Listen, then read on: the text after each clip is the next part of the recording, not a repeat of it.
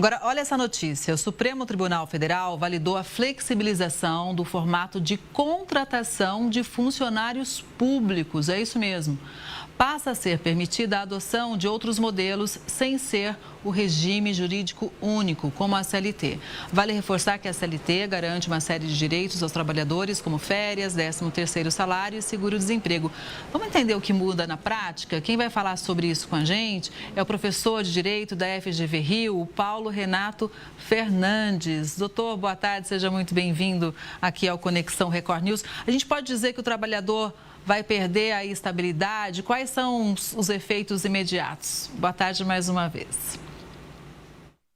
Olá, Kelly, boa tarde.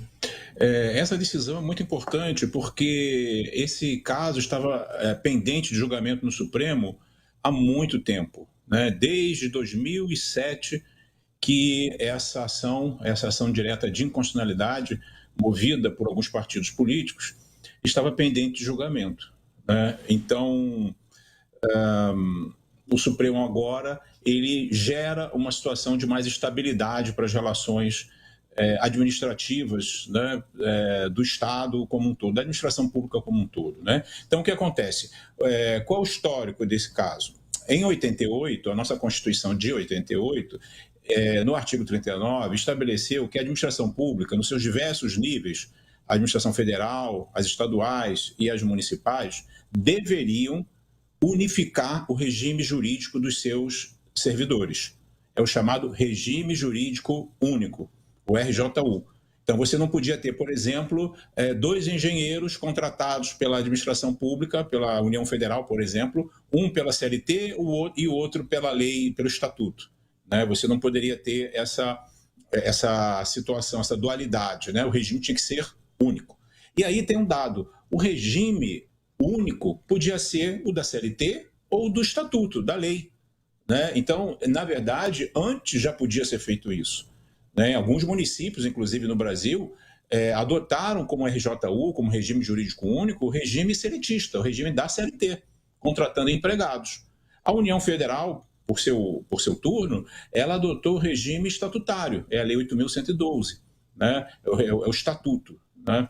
Então, essa possibilidade de contratar servidores pela CLT, para a administração pública direta, ela já existia antes mesmo dessa emenda constitucional que alterou a redação originária da Constituição, né?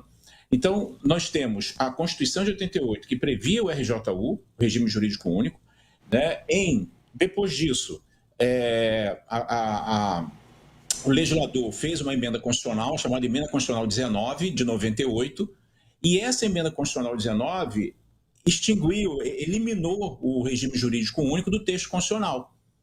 Isso nunca impediu que os entes públicos adotassem por lei o regime que bem lhes aprovesse, né? Mas realmente o artigo 39 recebeu uma outra redação, acabando com o regime jurídico único, ou seja, a administração voltou a ter liberdade maior, né, na contratação dos seus servidores, seja pelo vínculo empregatício, seja pelo vínculo estatutário, né? E aí foi ajuizada, então, essa DI 2135, em 2007, que obteve liminar no Supremo Tribunal Federal, e a decisão do Supremo Tribunal Federal suspendeu a emenda constitucional. Então, nós voltamos ao regime jurídico único.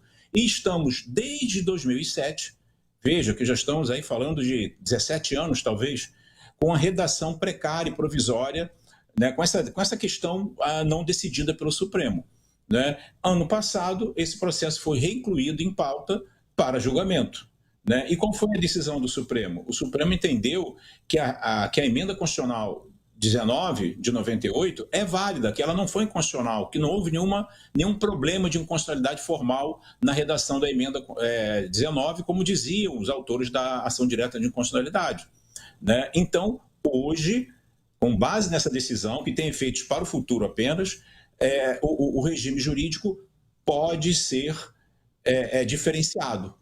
O regime jurídico adotado pela administração não precisa ser necessariamente o mesmo para todos os servidores. E cada administração, como antes, isso não mudou, cada administração tem direito de se organizar como bem lhe aprouver. Isso é autonomia administrativa. O ente federativo pode escolher o regime jurídico que pretende aplicar aos seus servidores. Então, basicamente, a situação é essa, Kelly.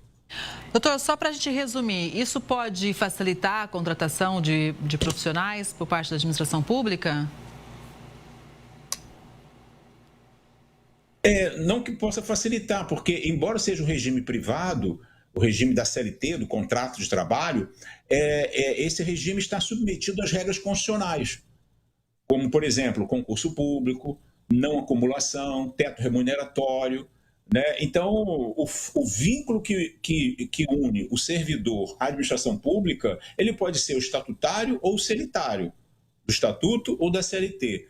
Em qualquer um deles, eu tenho que observar as normas constitucionais atinentes ao serviço público, especialmente o ingresso somente através de concurso público, a não acumulação de cargos, salvo as hipóteses constitucionais, exceções constitucionais, a limitação de teto remuneratório, dentre outras. Mas o regime jurídico aplicável ao empregado público, se assim adotar a administração pública, esse empregado vai ocupar um emprego, vai receber salário, né, e vai ser regido por um contrato, mas pela Constituição, que estabelece esses parâmetros necessários e obrigatórios para a administração pública, né? Pois é um assunto importante que a gente trouxe aqui para analisar no Conexão, para todo mundo ficar por dentro, né? Doutor Paulo, muito obrigada, viu, pela análise.